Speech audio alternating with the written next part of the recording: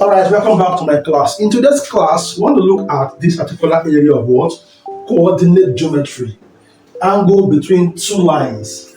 That is to say, we have to understand what we call parallelism and perpendicularity, conditions for angle between what? Two lines. This is a diagram on the board here that shows two lines, line AB and line DC, that have the angles cut at the x-axis, alpha 1 and alpha 2, and the angle between the two lines is what? Alpha. This angle here is the angle I want to what? Show and prove to getting these conditions here. Let's go ahead now.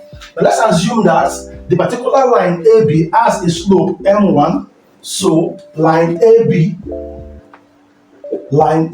has a slope, and let's say it's what? M1.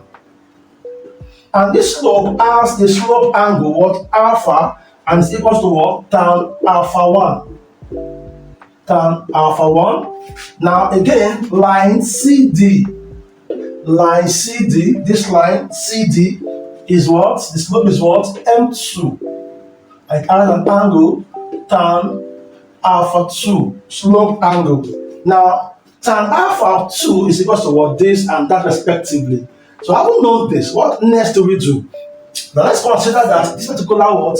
Lines has angle alpha 1, alpha 2, and angle here. So we can say that opposite interior angle equals to what? Exterior angle. So then I can now say that alpha plus alpha 1 is equals to what? Alpha 2.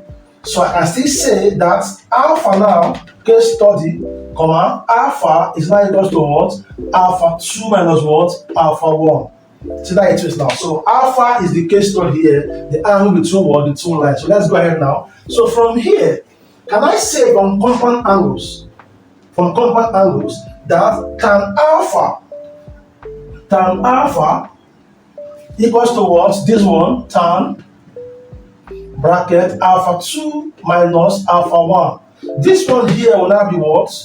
This one will be what? Tan alpha 2 minus tan alpha 1 all over 1 plus tan alpha 1 tan alpha 2.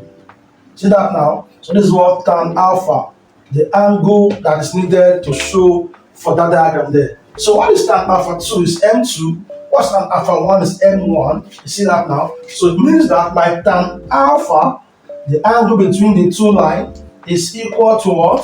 M1 gradient, M2 minus what? M1 all over 1 plus M1 M2. This formula will be used to what? To show the conditions of the first one, parallelism, and the second one, perpendicularity. So let's try the first condition from this. Now, the first condition states that if the two lines are parallel, the angle between them will not exist. So it's what? 0. So this alpha is 0. It means that tan alpha is equal to what? 0. So let's try the first condition. The first condition. For the first condition, number 1, for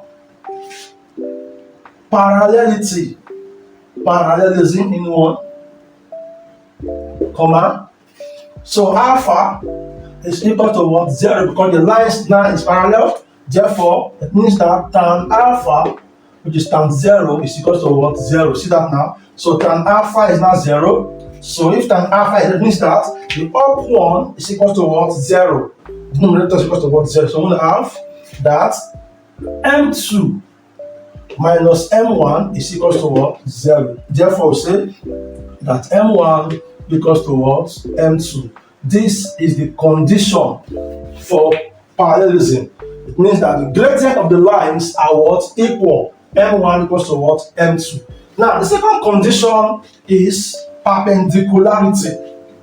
Perpendicularity. Let's do the second condition. Perpendicularity. Number 2.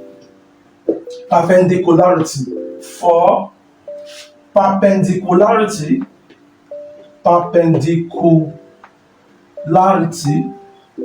comma.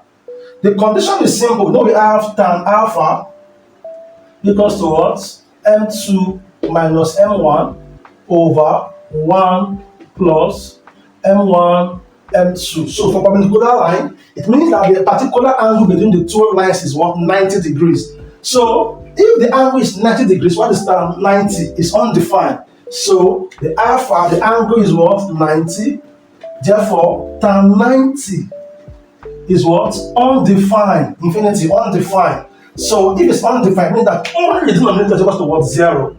You get that now? Undefined fraction. So I'll be having that 1 plus M1, M2 is equal to 0. Therefore, we can now say that M1, gradient first gradient, is equal to what? Minus 1 over M2. This formula is used for the second condition called perpendicularity. So the first one is this.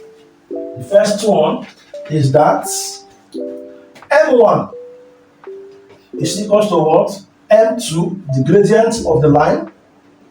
The second one is the first one. The second one is what? M1 is equal to what? Minus 1 over what? M2. This is the second condition for two lines, understand, that have this diagram. So therefore, this is how it works. So please kindly like, share, and comment on this topic. Kindly don't forget to subscribe for more of this content. Bye bye and God bless you.